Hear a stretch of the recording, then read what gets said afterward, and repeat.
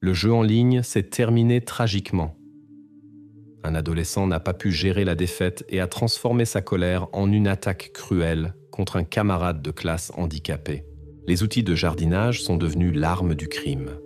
Et les motifs et détails de cet acte cruel se sont révélés être beaucoup plus complexes qu'il n'y paraissait initialement. L'appel à la police est arrivé exactement à 16h05. Une voisine a rapporté qu'elle avait entendu des cris forts venant de la cour arrière de la propriété voisine. Sur la scène de crime, les policiers ont découvert l'adolescent Ethan M. sans signe de vie. Il se trouvait dans une petite serre cachée derrière la maison de Blake K. Sur place, Blake lui-même a été arrêté. Il était visiblement en état de choc, avec des traces évidentes de sang sur ses vêtements et ses mains. Un examen initial a révélé Ethan est mort des coups portés avec des outils de jardinage qui ont été trouvés près de l'adolescent arrêté. Lors de la première inspection de la scène de crime, les enquêteurs ont remarqué plusieurs détails importants. Sur les vêtements d'Ethan, des traces de polyéthylène fondu ont été trouvées, ce qui pourrait indiquer une tentative d'incendie. Sur un poteau métallique de la serre, les techniciens criminalistiques ont découvert 3 entailles profondes qui correspondaient à la machette trouvée à proximité. Étaient également clairement visibles les traces continues des roues du fauteuil roulant d'Ethan, qui allèrent de la porte arrière du jardin directement à la serre. Le premier et plus évident suspect était Blake Kay. Il se trouvait sur la scène de crime et n'a pas tenté de fuir. L'adolescent était connu pour son tempérament explosif et ses réactions agressives face aux défaites dans les jeux en ligne. Le deuxième suspect était le père de Blake, Ian Kay. Ses outils de jardinage avaient été utilisés dans l'attaque. Les voisins ont rapporté que des conflits sérieux éclataient régulièrement entre Ian et son fils. Le troisième suspect possible était un jardinier qui avait été vu sur la propriété la veille. Initialement, les soupçons contre Ian Kay semblaient fondés. Les outils lui appartenaient et les conflits avec son fils ont été confirmés par les voisins. Mais bientôt, les enquêteurs ont obtenu un enregistrement vidéo d'une caméra Ring installée dans la maison voisine. Sur l'enregistrement, on pouvait voir clairement comment Blake avait pris la machette de manière indépendante du garage une demi-heure avant l'incident. Au même moment, Ian se trouvait à son lieu de travail au port, ce qui a été confirmé par les caméras de surveillance et les données officielles du système d'accès. Les soupçons contre Ian K. sont tombés complètement. L'enquêteur qui a vérifié les enregistrements et la correspondance de Blake a découvert que les adolescents avaient joué un jeu en ligne l'un contre l'autre quelques minutes avant l'incident. Le jeu s'est terminé par la défaite de Blake. Exactement après cela, il a pris la machette et s'est dirigé vers la serre. Pourquoi n'y a-t-il pas d'empreinte digitale d'Ian Kay sur la machette, bien qu'il utilisait constamment l'outil? À 9h du matin, l'enquêteur James O'Connor s'est rendu à nouveau à l'entrepôt du port où travaillait Ian Kay. L'officier de police avait l'intention de vérifier définitivement l'alibi et d'examiner soigneusement les détails qui n'avaient pas pu être découverts dans les premières heures de l'enquête. À ce moment-là, il était devenu évident. Si Ian n'était pas impliqué, alors il serait la clé qui permettrait une compréhension plus profonde de la personnalité et des motifs de Blake. Ian était grand, athlétique, extérieurement calme. Mais dans sa voix, on pouvait clairement sentir la fatigue. Il a répété sans mots inutiles les déclarations de la veille et a confirmé à nouveau qu'il avait été tout le temps au travail pendant que l'attaque se déroulait. Pour confirmer ses paroles, la police a demandé les données du système d'accès électronique aux entrepôts du port. Un serveur indépendant enregistrait chaque entrée et sortie avec une précision à la minute près. Selon le protocole, Ian est entré dans la zone à 15h30 et sa carte n'a pas quitté la zone de l'entrepôt jusqu'à 17h45. Une confirmation supplémentaire a été obtenue de la caméra de surveillance du quai. Des enregistrements clairs ont montré Ian au volant d'un chariot élévateur exactement à 16h. À ce moment-là, la tragédie s'était déjà produite pratiquement à 8 km de son lieu de travail. L'enquêteur O'Connor a vérifié soigneusement la possibilité qu'Ian ait pu quitter l'entrepôt sans être remarqué, commettre l'attaque et revenir. L'analyse policière des itinéraires a montré la distance de l'entrepôt à la maison est exactement de 8 km. Même avec le trajet le plus rapide en voiture privée, Le chemin dans une direction prend environ 12 minutes. De plus, les caméras à l'entrée et à la sortie du port ont montré clairement que la voiture privée d'Ian est restée sur le parking depuis le moment de son arrivée jusqu'à 17h40. La version selon laquelle Ian aurait pu quitter son lieu de travail sans être remarqué semblait pratiquement intenable. Mais l'attention de l'enquête s'est portée sur un autre moment. Le reçu de la station-service trouvé par la police. Heure d'achat. 14h55, c'est-à-dire peu avant l'attaque. Le reçu a été payé en espèces et la station-service se trouvait exactement au milieu entre le port et la maison d'Ian. Initialement, cela semblait suspect. Ian aurait pu faire le plein d'une autre voiture, pas la sienne, et ainsi échapper aux caméras du port. Cependant, la version de la participation d'Ian à ce reçu a bientôt commencé à s'effriter. Les techniciens criminalistiques ont demandé à Ian de fournir des enregistrements écrits à la main qu'il avait fait ces derniers jours. L'écriture a été immédiatement envoyée pour examen. Les résultats ont apporté des nouvelles surprenantes. Les caractéristiques de l'écriture sur le reçu correspondaient complètement aux échantillons d'écriture de Blake Kay, pris de son cahier d'école. Ainsi, la version selon laquelle Ian aurait secrètement fait le plein d'une voiture pour un voyage secret ne s'est pas confirmée. Encore et encore, le père de Blake s'est révélé non suspect. Cependant, ce fait a mené l'enquête à un autre détail important. Blake Kay se déplaçait avec la voiture de quelqu'un d'autre ou utilisait un autre moyen de transport. Cela a considérablement élargi le domaine d'enquête. Pendant que les soupçons d'Ian Kay étaient éclaircis, l'enquête a commencé à regarder plus attentivement l'environnement d'Ethan. Jusqu'à présent, le jardinier était passé inaperçu, qui avait visité la propriété la veille et avait possiblement laissé ou emporté des outils. En même temps, Blake devait expliquer pourquoi il avait fait le plein de carburant en espèces à l'avance et à qui appartenait la voiture qu'il avait utilisée, si ce n'était pas celle de son père. Pendant ce temps, Ian Kay, déjà retiré de la liste des suspects actifs, a révélé à la police la personnalité de son fils sous un autre angle. Selon ses paroles, Blake devenait de plus en plus renfermé, agressif et imprévisible. Il a admis que son fils perdait souvent le contrôle face aux défaites dans les jeux vidéo, mais ne pouvait pas imaginer que de telles agressions sortiraient jamais de sa chambre. À ces mêmes minutes, les experts ont terminé la vérification des outils confisqués sur la scène de crime. Étrangement, aucune empreinte digitale d'Ian n'a été trouvée sur les manches de la machette et du sécateur, bien qu'il utilisait ces outils quotidiennement dans le jardin. Cela signifiait que quelqu'un avait soigneusement effacé ou altéré ces traces peu avant la tragédie. Et cette personne ne pouvait évidemment pas être Ian Kay lui-même, puisque son alibi était absolument étanche. Pourquoi la mère d'Ethan a-t-elle effacé à l'avance une partie de la correspondance de son fils ? L'enquête a encore changé de direction. Après que le père de Blake ait été complètement libéré des soupçons, l'attention s'est concentrée sur l'environnement d'Ethan M. Les policiers ont commencé une analyse détaillée des appareils numériques de la famille d'Ethan, et cela a apporté des découvertes inattendues. Sur l'ordinateur de la mère d'Ethan, les experts ont découvert des activités étranges. Quelques heures avant l'incident, plus précisément à 15h12 le même jour, quelqu'un s'était connecté au compte d'Ethan. La vérification de l'adresse IP a montré clairement l'accès s'est fait directement depuis la maison de la famille d'Ethan. Comme Ethan lui-même n'était pas à la maison à ce moment-là, la supposition logique était « seule la mère de l'adolescent aurait pu faire cela ». Quand l'enquêteur a demandé directement au sujet de cet épisode, la mère d'Ethan a nié avoir utilisé le compte de son fils ou avoir eu accès à sa correspondance. Néanmoins, les experts ont restauré des fragments supprimés de la correspondance Discord qui avait été intentionnellement effacée. Y était clairement documentée la réaction agressive de Blake au match en ligne perdu. Un message que Blake a envoyé à 15h22 sonnait comme une menace directe contre Ethan pour avoir gâché le jeu. Ce n'était pas seulement une phrase en colère, mais un avertissement assez sérieux.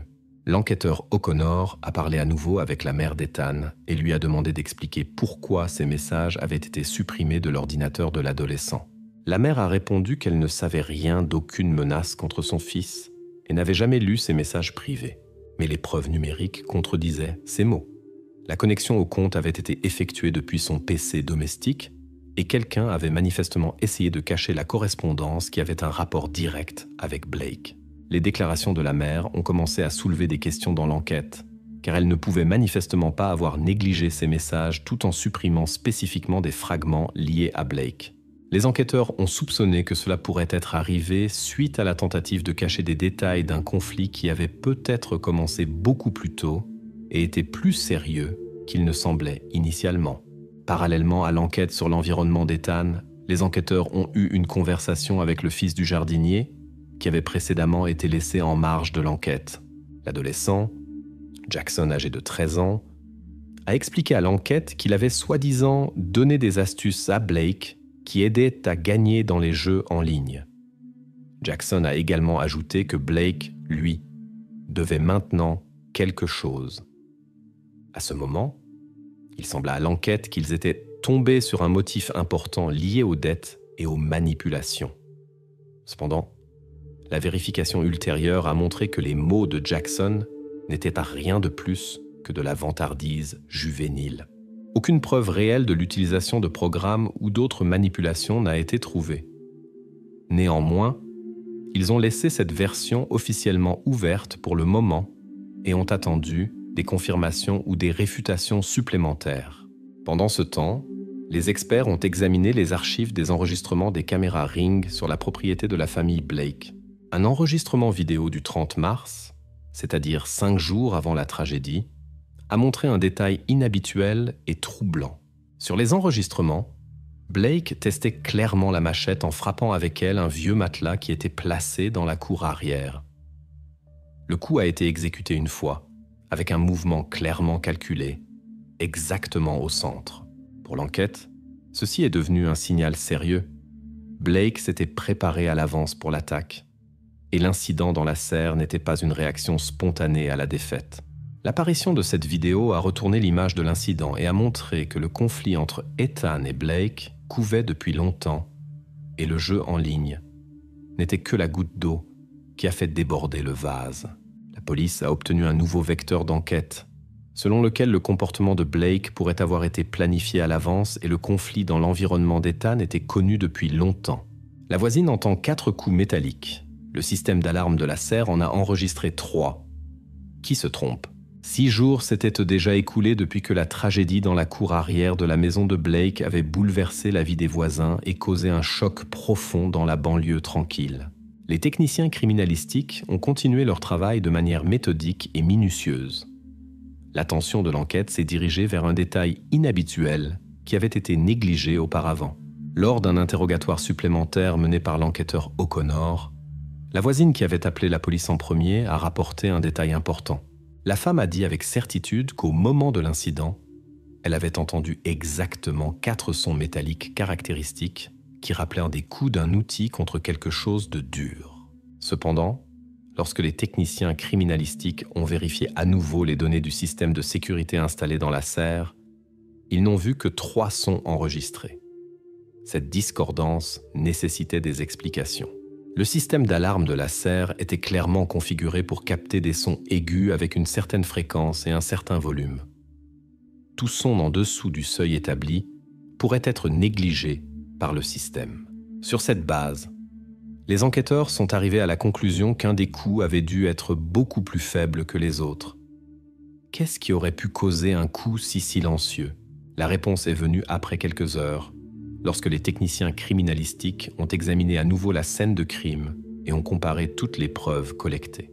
Dans le paquet de preuves est apparu un sécateur avec une forme de lame inhabituelle, légèrement courbée et destinée à un travail plus fin. Sur son manche ont été découverts le sang d'Ethan ainsi que des empreintes digitales claires de Blake. Cet outil est devenu la 2e partie du sombre puzzle, mais le plus important, il pourrait fournir l'explication de la discordance dans les sons. Le sécateur était beaucoup plus léger que la machette et produisait en frappant un son métallique moins prononcé. Les experts ont confirmé cette hypothèse expérimentalement en comparant l'enregistrement du capteur d'alarme et en effectuant des tests sous des conditions identiques. Il est maintenant devenu clair pourquoi un des coups a été négligé par le système de surveillance. La question principale demeurait: À qui appartenait ce sécateur? La supposition initiale de l'enquête qu'il pourrait s'agir d'un outil du jardinier s'est rapidement dissoute. Lors de l'examen détaillé, les techniciens criminalistiques ont remarqué sur le manche une petite étiquette d'inventaire à peine visible. Le numéro de série dessus correspondait complètement à un ensemble d'outils de jardinage qui appartenaient à la famille d'Ethan. Ainsi, cet outil appartenait exactement à la partie lésée, et non aux travailleurs ou à Blake. Le jardinier et son fils sont revenus dans le viseur de l'enquête, mais pas pour longtemps. Les policiers ont demandé aux travailleurs des documents et des registres confirmant son lieu de présence au moment de la tragédie. Le travailleur a immédiatement présenté une liste de travail officiellement émise, signée par son employeur, qui disait qu'il avait travaillé tout le 4 avril sur un objet complètement différent. De plus, ces mots ont été confirmés par un enregistrement de la caméra d'un bus urbain, sur lequel on voyait le travailleur à l'arrêt 17 exactement à 15h55. Ainsi, la version sur la participation du jardinier s'est définitivement effondrée. Il semblait que l'image du crime était complètement déterminée, mais l'enquête attendait encore un autre épisode troublant et extrêmement important. Au cours de l'examen détaillé de l'ordinateur portable de Blake, les experts ont pu restaurer une recherche supprimée que l'adolescent avait essayé de cacher auparavant. La recherche était courte et effroyablement directe. Comment décapiter rapidement? La date de cette recherche n'a pas pu être déterminée, mais les spécialistes en preuves numériques ont pu établir que le fichier avec l'information avait été créé avant le 4 avril, ce qui a été confirmé par l'analyse du journal d'activité du quai, navigateur Chrome. En d'autres termes, Blake a étudié intentionnellement de tels matériaux bien avant le jour de la tragédie, ce qui est devenu pour l'enquête une nouvelle preuve importante de sa préparation ciblée. Il était maintenant évident que l'attaque de Blake ne pouvait pas être un accès de colère accidentel causé par la défaite dans le jeu en ligne. Il a planifié ce qui s'est passé à l'avance, consciemment et de sang-froid. La salle de la Cour supérieure de Dunedin était bondée. En 10 mois de procès, la petite ville avait appris chaque fait de cette affaire. Mais aujourd'hui, le point final devait être mis. Le juge Robert Gilmore a lu clairement et avec détermination la décision du tribunal. Blake K. est entièrement coupable et a agi sans complice. Le motif, colère incontrôlée après la défaite dans le jeu en ligne, et l'humiliation à laquelle l'adolescent a été soumis dans le chat scolaire. L'enquête a prouvé que ce n'était pas une réaction impulsive. Blake a planifié l'attaque soigneusement pendant au moins une semaine, commençant au plus tard, le 30 mars. Toute la chronologie et tous les détails de la tragédie ont été soigneusement reconstruits jusqu'aux minutes et aux secondes. Le tribunal a examiné à nouveau la correspondance entre Blake et Ethan sur Discord, qui s'est déroulée entre 15h10 et 15h35, le jour du crime. Ces messages n'étaient pas une querelle ordinaire d'adolescents. L'expertise a confirmé que Blake avait ouvertement menacé Ethan pour avoir perdu intentionnellement dans le jeu en ligne. L'adolescent, finalement enragé, est allé au garage, ce que les caméras du système Ring ont enregistré à 15h42. Il a pris la machette de jardin qu'il avait déjà préparée à l'avance. Les coups contre le poteau métallique de la serre ont été exécutés exactement à 16h05, quand Ethan se trouvait à l'intérieur. 3 coups ont été enregistrés par les capteurs de sécurité. Un autre, plus silencieux, a été fait avec les ciseaux qui appartenaient à la famille d'Ethan. Ce coup supplémentaire n'a pu être entendu que par la voisine, qui a immédiatement après appelé la police. Les enquêteurs et experts ont établi que Blake a tenté d'effacer les traces de l'attaque en entreprenant un incendie criminel avec du polyéthylène, ce qui a été confirmé par les fragments trouvés sur les lieux du crime. L'apparition de fumée et d'odeur de brûlé a d'abord été remarquée par les voisins, ce qui a apporté une confirmation supplémentaire de la tentative d'élimination des preuves. La preuve la plus importante était la requête de recherche restaurée que Blake avait supprimée sur son ordinateur portable. Les experts de police ont pu confirmer que Blake avait saisi une requête avant le 4 avril qui démontrait un plan clairement prémédité. La requête sonnait assez durement. Comment couper rapidement la tête? Ceci est devenu l'argument principal qui a confirmé la préméditation de l'adolescent. La défense de Blake a entrepris une dernière tentative de changer le cours de l'affaire. Les avocats ont insisté sur le soi-disant « effet gamer ». Ils ont prouvé que l'adolescent a agi impulsivement, sans comprendre pleinement les conséquences de ses actions. Cette ligne de défense a conduit à des conclusions contradictoires des psychiatres. Une partie des spécialistes a penché vers la version d'un éclat émotionnel impulsif, l'autre vers un crime de sang-froid et planifié à l'avance. Le tribunal a étudié soigneusement toutes les déclarations, y compris le coup d'essai clairement enregistré sur la caméra Ring contre le vieux matelas que Blake a exécuté encore le 30 mars.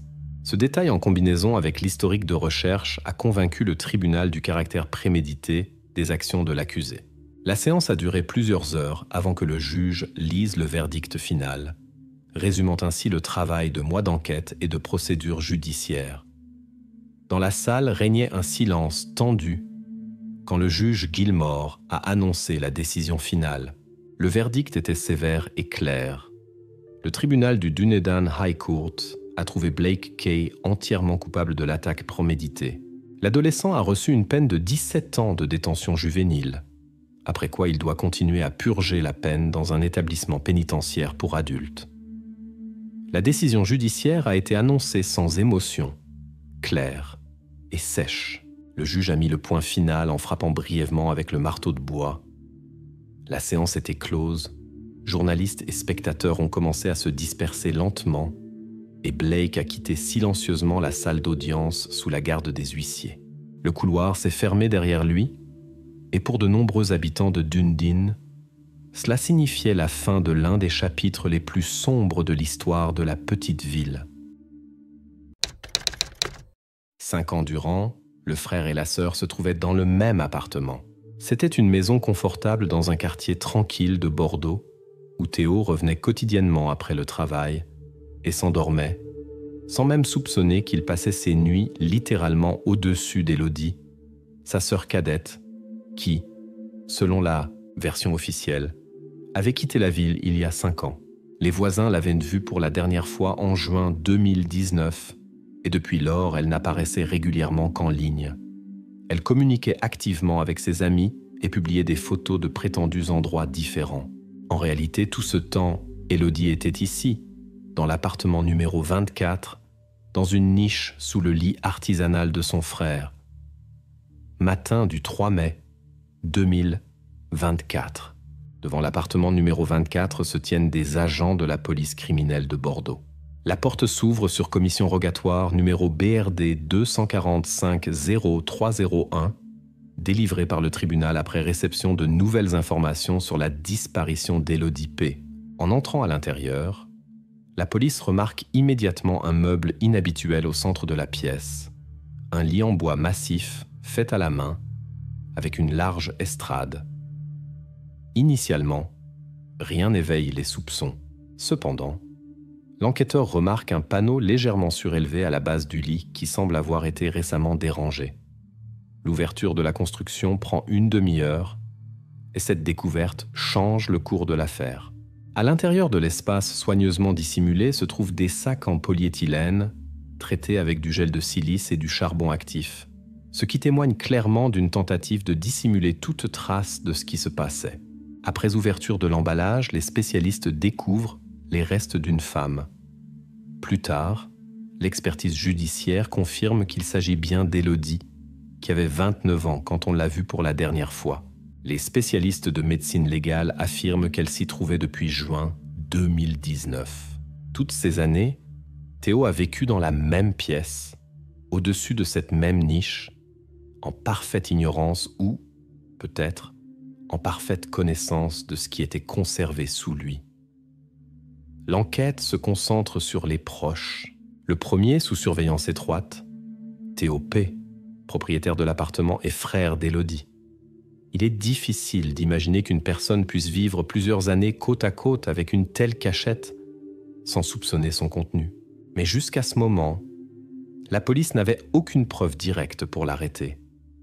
Il vivait tranquillement, communiquait avec les voisins, allait au travail et racontait même sa correspondance avec sa sœur, supposée voyager à travers le monde. Le deuxième suspect devient immédiatement Alexis R., l'ex-petit ami d'Élodie. Leur relation s'était terminée bruyamment et conflictuellement, et après la disparition d'Élodie, il avait à plusieurs reprises fait allusion au secret de la famille P sur les réseaux sociaux. Ces allusions semblaient évidentes. Peut-être savait-il quelque chose d'important qui se cachait derrière les portes fermées. Ces messages étaient suffisamment troublants pour que la police commence à vérifier sa version. L'enquête se déplace brusquement vers Alexis.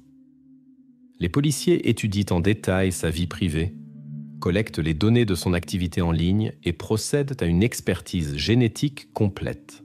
Dans l'appartement, ils cherchent minutieusement des traces qui pourraient le lier à cette terrible découverte. Cependant, tous les efforts aboutissent à un résultat inattendu.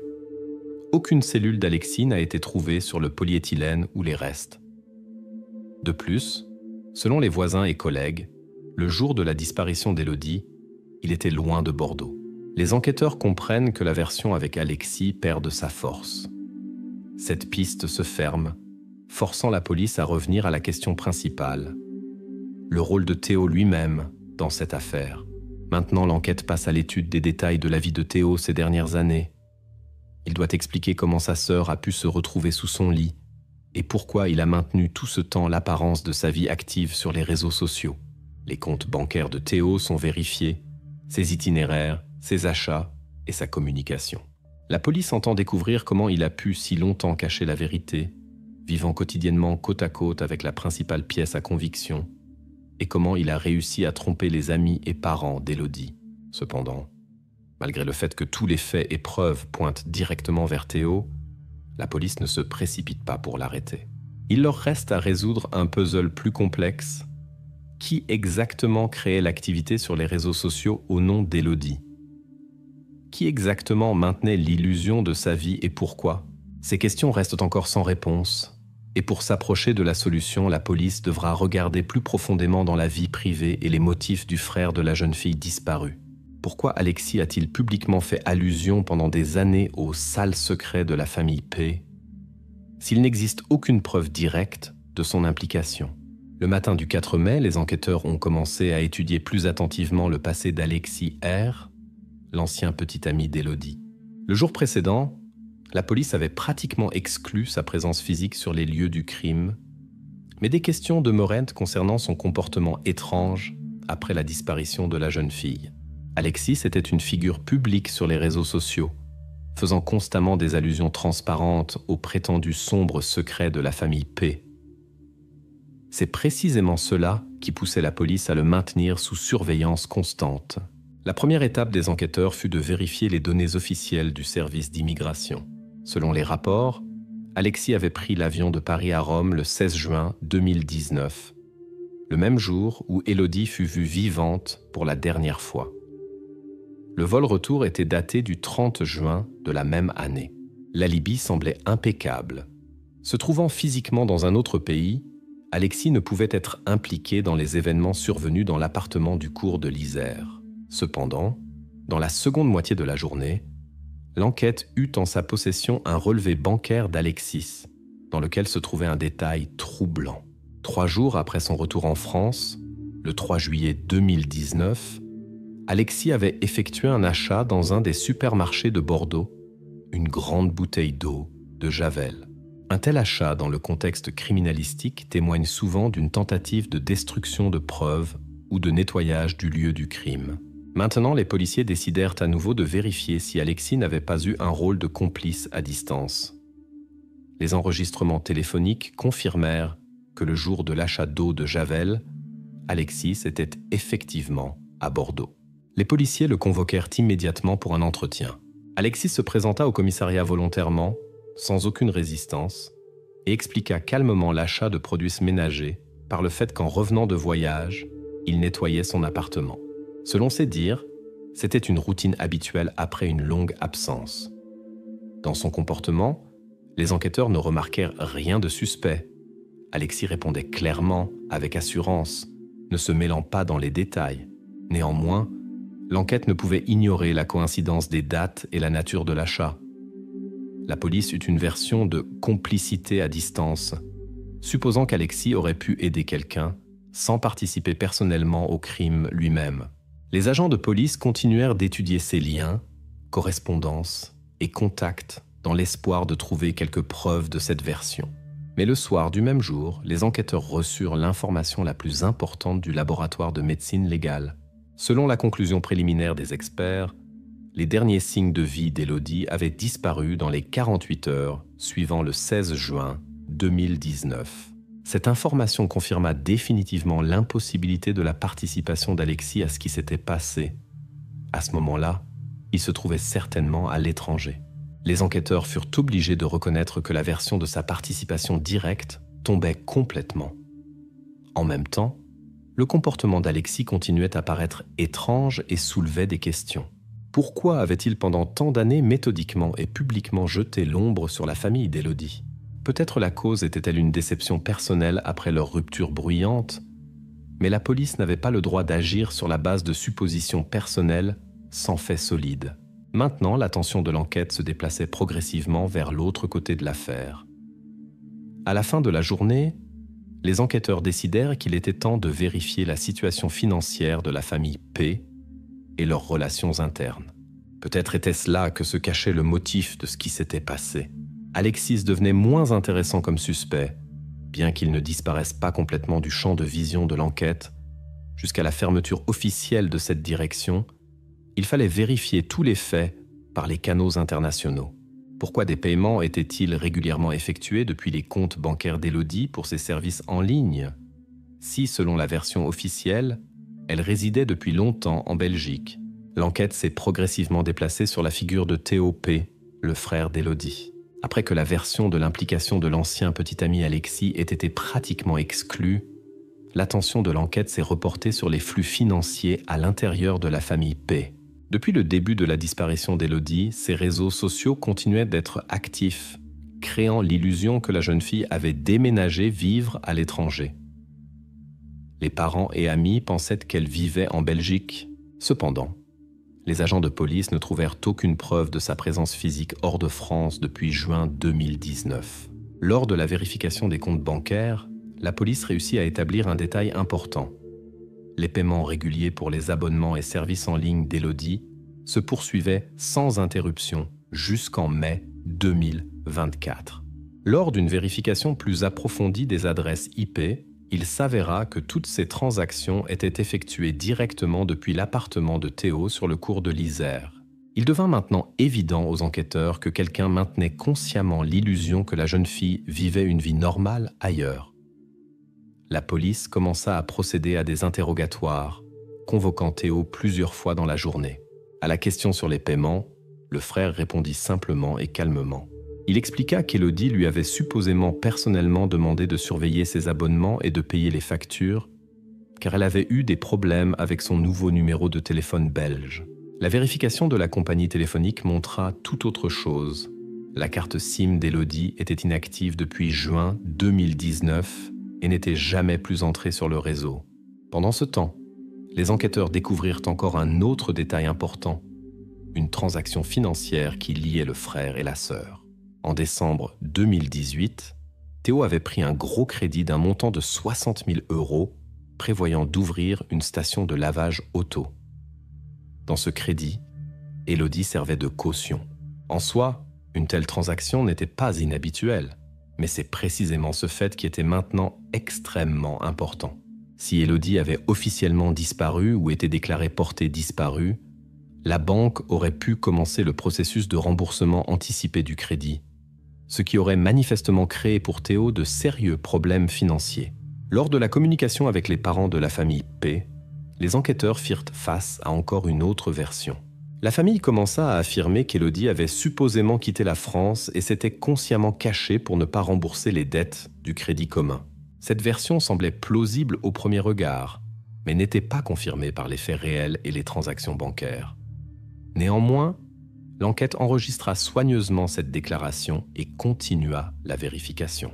Pendant ce temps, les spécialistes des crimes financiers découvrirent que le crédit pour la station de lavage était régulièrement remboursé par Théo jusqu'au dernier moment, et formellement la banque n'avait de réclamation, ni envers lui, ni envers Élodie. Cela affaiblissait partiellement la version de la fuite financière de la jeune fille à l'étranger.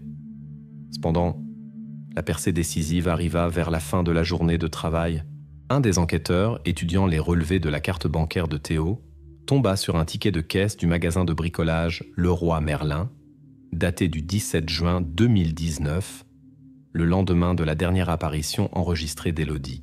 Dans la liste des achats figuraient plusieurs grandes plaques d'OSB, un film polyéthylène double et un absorbant destiné à absorber l'humidité et les odeurs. La date d'achat coïncidait trop précisément avec le moment supposé de la disparition d'Élodie. Et maintenant, l'enquête avait besoin de comprendre comment le frère pouvait expliquer cet achat suspect. Immédiatement fut envoyée une demande officielle pour obtenir les enregistrements vidéo des caméras de surveillance du magasin Leroy Merlin afin de confirmer l'identité de l'acheteur et ses actions. En attendant les enregistrements, l'enquête comprenait que la découverte de cette information changeait brusquement la direction de l'investigation. La police ne pouvait plus percevoir Théo exclusivement comme une personne tombée dans des difficultés financières. Il devenait la figure clé de toute l'affaire. Les enregistrements des caméras de surveillance devaient donner la réponse définitive. Si Théo avait effectivement personnellement acheté les matériaux utilisés lors de la construction de la cachette sous le lit, cela changerait radicalement le statut de sa participation dans ce qui se passait.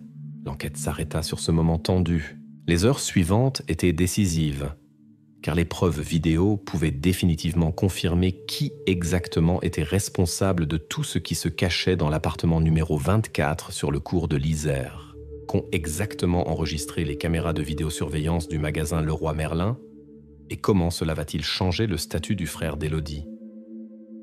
Le 8 mai, l'enquête passa à une nouvelle étape. Le sergent Mallette, un des enquêteurs les plus expérimentés de la direction de police de Bordeaux, reçut le matin la réponse à la demande officielle concernant les enregistrements des caméras de vidéosurveillance du magasin Leroy Merlin. Le sergent comprit immédiatement que c'était la pièce à conviction la plus importante dans l'affaire de la disparition d'Élodie P. La vidéo était datée du 17 juin 2019, seulement 24 heures après qu'Élodie ait été enregistrée vivante pour la dernière fois. Sur l'enregistrement de la caméra, on voyait clairement Théo charger lui-même dans une petite Renault Twingo un sac de 20 kg d'absorbant, plusieurs plaques d'OSB et un grand rouleau de film polyéthylène double. Le visage de Théo sur la vidéo ne laissait aucun doute, c'était bien lui. Cette preuve était suffisamment sérieuse pour que les enquêteurs procèdent à l'étude détaillée de l'itinéraire et des actions ultérieures du suspect. Le même jour, le sergent Mallette procéda à l'examen de l'ascenseur dans l'entrée de l'immeuble sur le cours de l'Isère. L'attention de l'enquêteur fut attirée par les enregistrements de la caméra interne de l'ascenseur. Sur l'enregistrement du 18 juin 2019 à 2h03 du matin, Théo était distinctement enregistré. Il apportait dans la cabine un objet volumineux, enroulé dans du polyéthylène, rappelant par sa forme et ses dimensions une silhouette humaine. Le poids de la charge fut visuellement déterminé par les experts à environ 54 kg. Le sergent Mallette convoqua immédiatement Théo au commissariat pour un interrogatoire répété. À la question sur l'origine de la charge suspecte, enregistrée par la caméra dans l'ascenseur, Théo déclara que ce n'était qu'un vieux matelas dont il se débarrassait lors du nettoyage de l'appartement. Dans ses paroles, on ne remarquait ni agitation ni nervosité, mais les détectives ne pouvaient accepter cette explication sans vérification. Les enquêteurs reçurent immédiatement la conclusion des experts criminalistiques.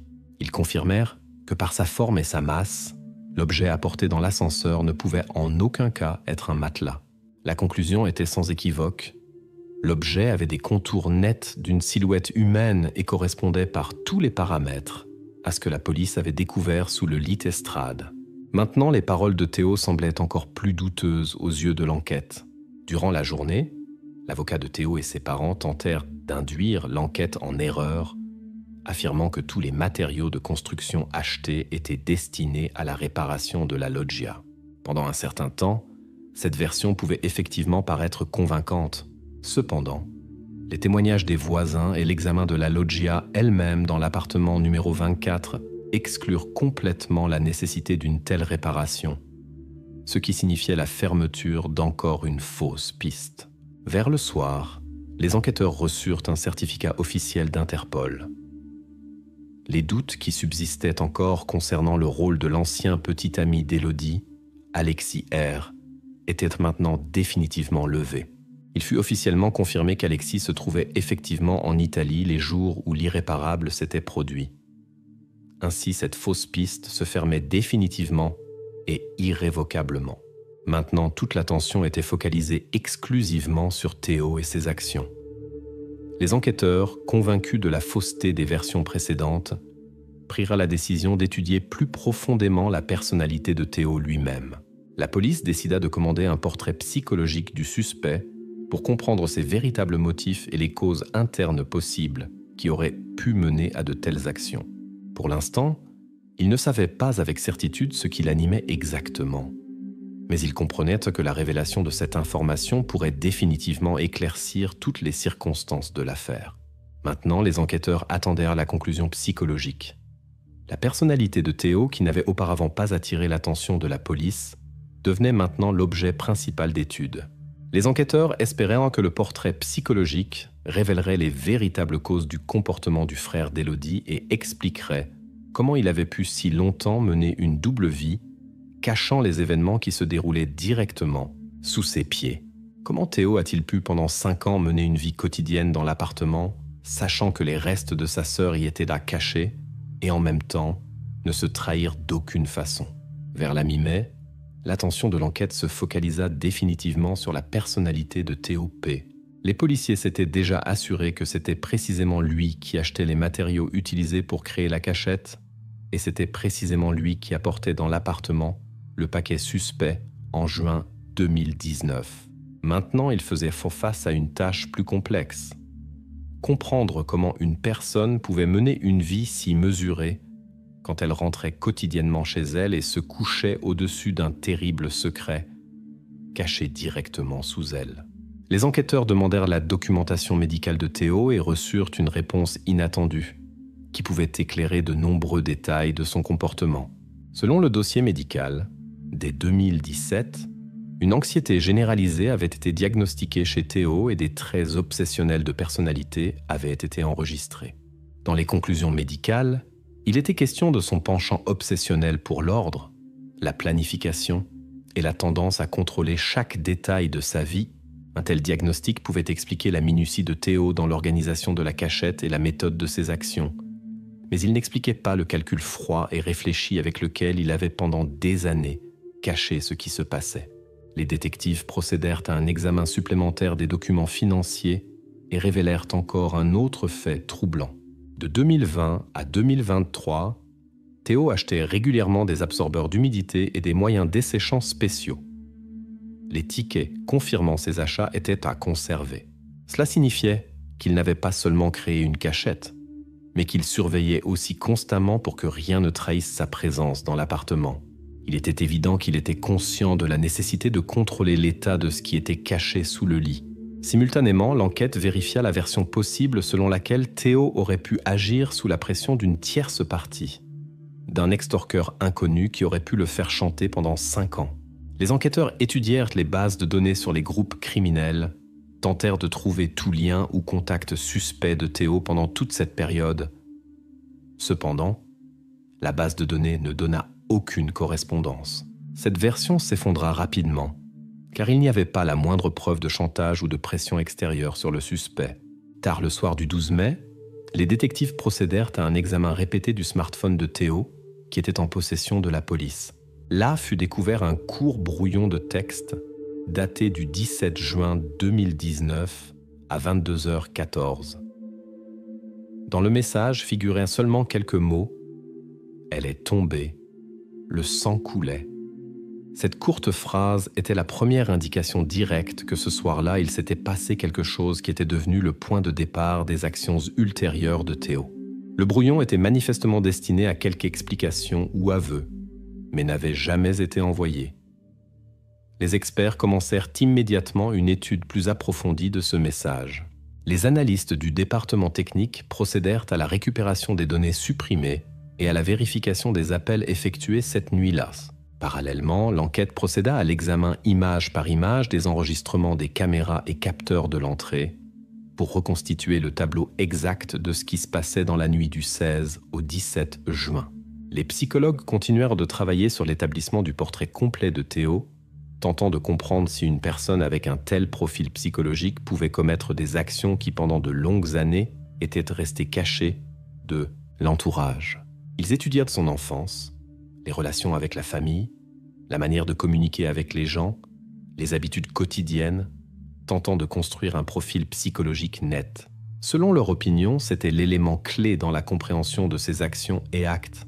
À la fin de la journée, l'enquête tira une conclusion préliminaire. Théo possédait effectivement des traits uniques qui lui permettèrent de conserver un calme extérieur et de planifier méthodiquement ses actions. Les psychologues confirmaient qu'une telle personne pouvait facilement vivre une double vie, contrôlant soigneusement tous ses aspects. Maintenant, l'enquête faisait face à la tâche de reconstituer complètement les événements de cette nuit pour établir les circonstances exactes qui avaient mené à la disparition d'Élodie et aux actions de son frère. Les enquêteurs ne prononçaient pas à voix haute le mot « meurtre ». Mais tous comprenaient que l'enquête s'était approchée de la révélation d'un terrible secret que cet appartement ordinaire au centre de Bordeaux avait si longtemps caché. L'enquête, auparavant complètement concentrée sur la personnalité de Théo, fit un pas de côté pour comprendre plus profondément ce qui se passait dans la vie d'Élodie elle-même avant les événements tragiques. Jusqu'à ce jour, la victime était perçue par l'enquête principalement comme une figure passive. Maintenant, la police entendait éclairer ses propres motifs, craintes et actions, qui peut-être avaient été le catalyseur des événements de cette nuit de juin. La police interrogea des dizaines de témoins de l'entourage de la jeune fille, y compris des amis, collègues et connaissances. Les informations les plus importantes vinrent d'un travailleur social de la CAF, Caisse d'allocation familiale, avec qui Élodie avait eu une conversation confidentielle peu avant sa disparition. Le travailleur social confirma qu'au début de juin 2019, Élodie entendait déposer une plainte officielle contre son frère. La jeune fille avait raconté que Théo fournissait de fausses informations sur ses revenus pour obtenir des prestations sociales. Cette déclaration aurait sans aucun doute provoqué de sérieuses conséquences financières et juridiques pour son frère. Une confirmation supplémentaire du conflit entre le frère et la sœur fut trouvée dans la correspondance d'Élodie, obtenue de son téléphone. Le message qu'elle avait envoyé à son frère le 15 juin 2019 à 21h45 était sans équivoque et émotionnellement chargé. « Si tu ne me donnes pas accès au compte, je vais à la police demain matin. » Cela devint le moment clé dans la compréhension de la gravité du conflit qui avait éclaté à la veille de la disparition de la jeune fille. Cependant, quand les enquêteurs convoquèrent les parents d'Élodie et Théo pour un entretien répété, ceux-ci nièrent catégoriquement l'existence de tout conflit entre les enfants. Les parents affirmaient avec assurance que leur fils et leur fille avaient toujours eu de bonnes relations, bien que non sans les désaccords domestiques habituels. Cette version de la famille entrait en contradiction directe avec les données obtenues de la correspondance personnelle, ce qui mettait en doute la sincérité des parents et renforçait les soupçons de l'enquête concernant leur possible désir de protéger leur fils. D'importants témoignages arrivèrent aussi de la voisine, résidant directement derrière le mur de l'appartement de Théo et Élodie. Elle déclara qu'environ à 1h30 du matin, elle avait entendu un cri de femme fort, mais n'y avait pas prêté attention, supposant que c'était un son de la télévision qui fonctionnait habituellement fort la nuit dans l'appartement de Théo. Au début, l'enquête accepta ces témoignages avec doute, mais en l'absence d'autres données, la version semblait acceptable. Cependant, dès le soir, la situation changea radicalement.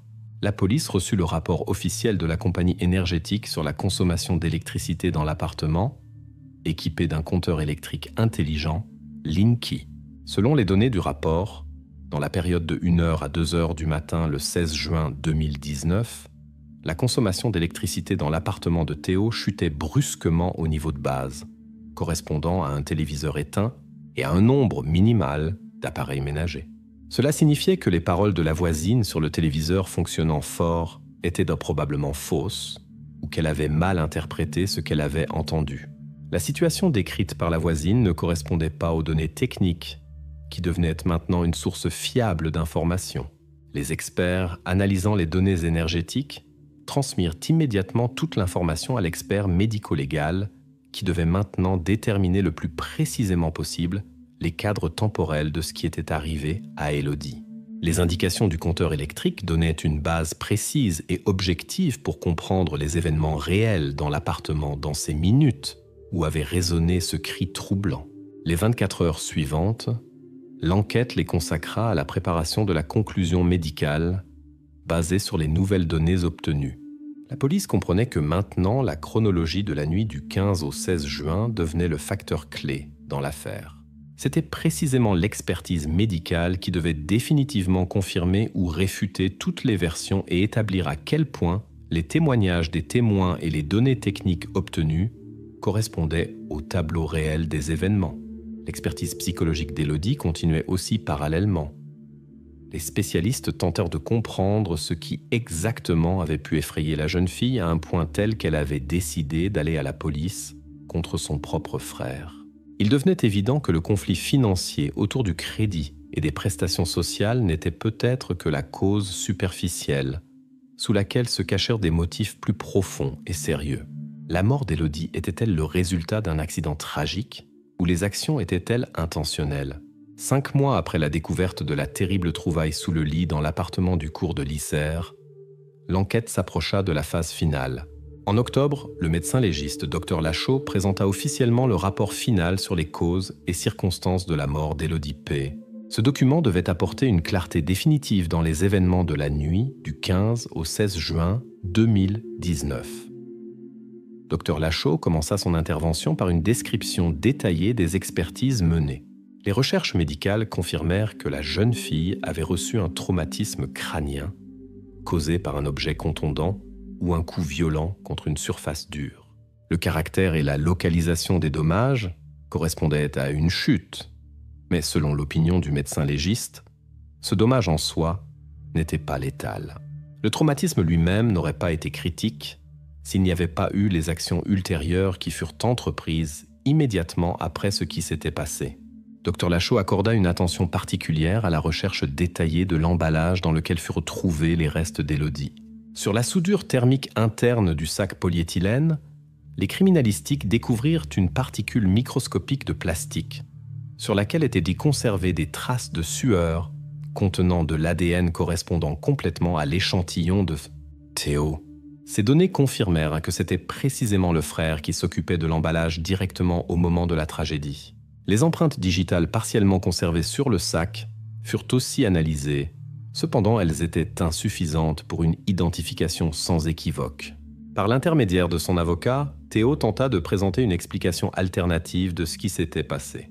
Il affirmait qu'après la chute d'Élodie, il lui avait mis sur la tête un sac polyéthylène avec de la glace pour arrêter l'hémorragie et soulager l'état jusqu'à l'arrivée des médecins qu'il se proposait supposément d'appeler plus tard.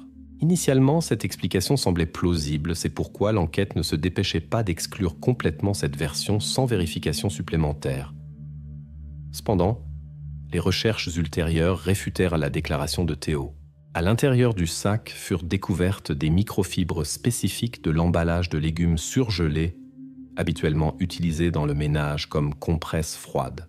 Les experts confirmèrent qu'au moment de l'application du sac sur le visage de la jeune fille, il ne contenait pas de glace et les légumes avaient été extraits auparavant.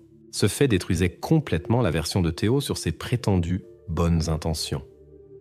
Dr Lachaud souligna que c'était précisément la compression ultérieure par le sac polyéthylène qui était devenu le facteur fatal.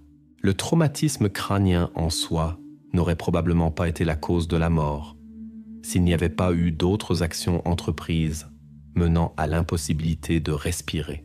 L'expert ne donna pas d'évaluation directe des intentions, mais d'un point de vue médical, il conclut sans équivoque que c'était précisément ces actions qui étaient devenues la cause de la mort d'Élodie. Sur le fond du rapport présenté, l'enquête procéda à une vérification supplémentaire de l'état psychologique de Théo à ce moment. Les matériaux précédemment collectés témoignaient que Théo agissait toujours de manière extrêmement calculée, ce qui ne correspondait pas à l'hypothèse de panique accidentelle. Ainsi, le rapport de Dr Lachaud renforçait substantiellement la position de l'accusation. À la lumière des nouvelles preuves, le procureur commença activement à préparer l'acte d'accusation officiel contre Théo. Toutes les circonstances, détails et preuves pointèrent maintenant clairement vers sa participation directe et ses actions conscientes après ce qui s'était passé. Bien que Dr Lachaud évita prudemment les accusations directes, ses conclusions ne laissaient pas à l'enquête d'espace pour des explications alternatives. Le rapport médico-légal devint la preuve fondamentale que l'événement tragique de la nuit du 16 juin 2019 n'était pas simplement un accident, mais avait été aggravé par des actions intentionnelles. Cela expliquait aussi la méthode des actions de Théo dans les années suivantes. La création de conditions idéales pour la dissimulation et la conservation des preuves. Maintenant, l'enquête et le tribunal faisaient face à la tâche de fixer juridiquement ces preuves et de prouver leur suffisance pour prononcer un verdict de culpabilité. La police, s'appuyant sur la conclusion de Dr Lachaud, commença à se préparer au procès. La défense de Théo, au contraire, construisait une ligne d'arguments, tentant de réduire au maximum le degré de sa responsabilité. Arrivait la phase finale de la longue et complexe enquête, qui avait commencé par une découverte semblant au premier regard absurde et terrible sous le lit dans un appartement tranquille du cours de l'Isère. Théo se décidera-t-il enfin à révéler complètement les détails de ce qui s'est passé dans la nuit du 16 juin 2019 ? Le 10 février 2025 à Bordeaux se déroulait une des audiences judiciaires les plus attendues des dernières années. Dans la salle du tribunal se trouvait Théo P., l'homme qui pendant presque 6 ans avait gardé un terrible secret, caché littéralement sous son propre lit. Extérieurement, il semblait calme et retenu. Mais tous les présents savaient que ce procès était devenu l'apogée d'une longue et douloureuse enquête, ayant rassemblé des centaines de preuves et de faits. L'enquête et le tribunal, s'appuyant sur les preuves collectées, s'efforcèrent de déterminer sans équivoque sa culpabilité. Le parquet présenta les résultats de l'expertise acoustique menée dans l'entrée de l'immeuble du cours de l'Isère. Selon la conclusion des experts, le son qui avait résonné à 1h30 du matin le 16 juin pouvait effectivement être pris pour un cri de femme, surtout dans les conditions de silence complet. Cela confirmait les paroles de la voisine qui avait auparavant entendu un son semblable, bien qu'elle ait mal interprété sa source. Additionnellement, les données électriques du compteur Linky montraient irréfutablement que le téléviseur et autres appareils bruyants dans l'appartement étaient éteints à ce moment. Outre l'acoustique, furent aussi présentées les données des caméras de l'entrée. L'analyse des enregistrements confirma que dans la période de 0h à 4h du matin, personne d'autre que Théo n'était entré ou sorti de l'appartement. Sur les images vidéo, il semblait calme, bien qu'il soit évident que les événements à l'intérieur de l'appartement étaient dramatiques et nécessitaient une explication détaillée. La défense tenta d'avancer une version alternative, déclarant que théoriquement, une personne extérieure aurait pu pénétrer et sortir de l'appartement par la fenêtre, évitant les caméras de surveillance. Pour vérifier cette hypothèse, l'enquête invita des pompiers qui démontrèrent en détail au tribunal l'impossibilité complète d'une telle manœuvre sans laisser de traces. La hauteur de la fenêtre et l'emplacement de l'auvent à ordures en dessous rendaient cette variante complètement irréaliste. Ainsi, la version d'un possible cambrioleur qui aurait supposément attaqué Élodie et disparu par la fenêtre s'effondra définitivement. Aucun détail dans l'enquête ne confirmait la participation d'une personne extérieure.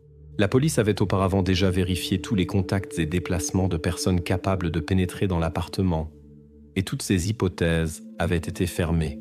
Il ne restait qu'une seule personne dont la présence dans l'appartement cette nuit-là ne soulevait aucun doute. Théo lui-même. Pendant toute l'audience judiciaire, Théo conservait un calme surprenant. Cependant, sa défense perdait de plus en plus ses positions face à l'évidence des preuves présentées. Les psychologues judiciaires notèrent séparément que le comportement de l'accusé correspondait complètement à son profil psychique, caractérisé par l'obsessivité et l'anxiété, précédemment révélées au cours de l'enquête. Selon les paroles des spécialistes, cela pouvait expliquer son sang-froid dans des circonstances où la plupart des gens auraient éprouvé de la panique. Néanmoins, au fur et à mesure que le procureur présentait les preuves et que les conclusions du tribunal devenaient de plus en plus sans équivoque, la tension chez Théo devenait plus remarquable. Il semblait qu'il réalisait que sa position devenait désespérée et que la négation ne pouvait déjà plus l'aider à éviter un verdict de culpabilité.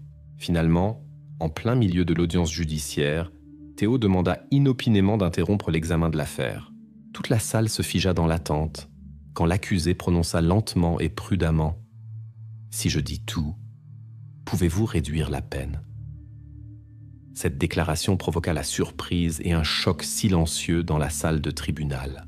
Personne ne s'attendait à un tel coup de sa part. Compte tenu de son silence obstiné pendant toute l'enquête, le juge ordonna d'annoncer une petite pause pour discuter de la proposition de Théo.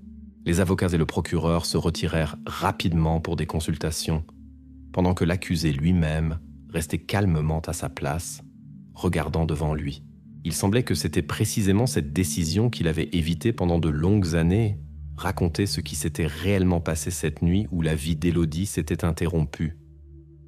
Maintenant, arrivait pour le tribunal un moment critique. Tous les présents comprenaient que des paroles ultérieures de Théo dépendraient la compréhension finale des motifs et circonstances de ce qui s'était passé. Le tribunal décida d'accepter ses aveux seulement dans le cadre de la séance suivante, pour donner la possibilité de préparer les procédures juridiques nécessaires et protéger les droits de tous les participants au procès. L'audience du tribunal du 14 mars 2025 commença exactement à 10 h du matin. Dans la salle, il n'y avait pas de place libre. Journalistes, parents et observateurs suivaient attentivement chaque mot de Théo, qui avait décidé de raconter complètement ce qui s'était passé cette nuit fatale du 16 juin 2019. Théo parlait lentement, mais clairement. Selon ses paroles, le soir avant la tragédie, un conflit sérieux avait eu lieu entre lui et Élodie à cause d'une question financière. Sa sœur lui avait présenté un document bancaire confirmant que sans sa signature, sa ligne de crédit et ses comptes seraient immédiatement gelés. Les émotions s'intensifiaient et à un moment donné, Élodie avait brusquement jeté ce rapport directement au visage de Théo. Il avait instinctivement repoussé et avait accidentellement poussé sa sœur. Ayant perdu l'équilibre, elle s'était cognée la tête contre le montant de la porte. Théo expliqua en détail qu'il avait vu du sang et s'était effrayé, après quoi il avait entrepris une tentative inconsciente d'arrêter sa propagation. Pour que le sang ne tombe pas sur le sol et les meubles, il avait saisi un sac polyéthylène, l'appliquant sur la tête de sa sœur.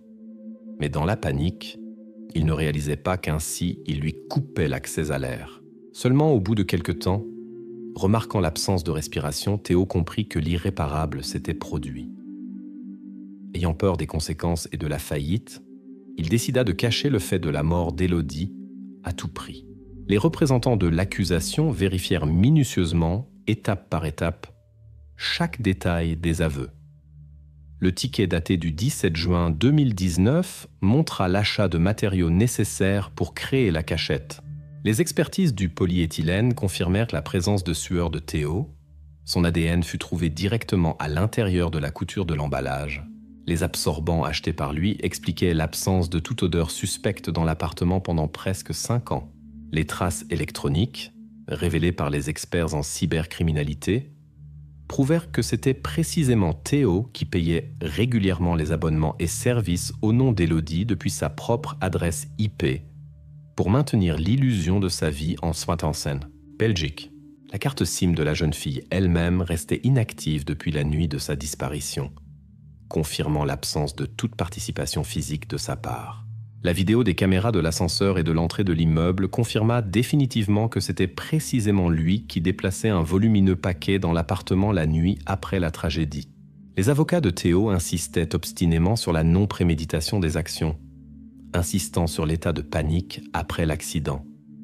Ils s'efforçaient de convaincre le tribunal que tout ce qui s'était passé était un accident tragique.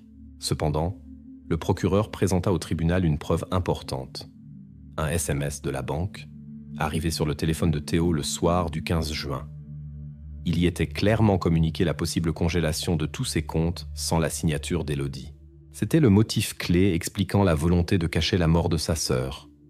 Cet aspect financier s'avéra décisif aux yeux du tribunal, réfutant la version de panique accidentelle et soulignant la conscience des actions de l'accusé. Le tribunal se retira pour une courte délibération, après quoi le président annonça le verdict définitif. Théo P. fut reconnu coupable selon 2 articles, meurtre intentionnel et dissimulation de ce qui s'était passé. Le tribunal décida de le condamner à 22 ans de privation de liberté avec emprisonnement immédiat.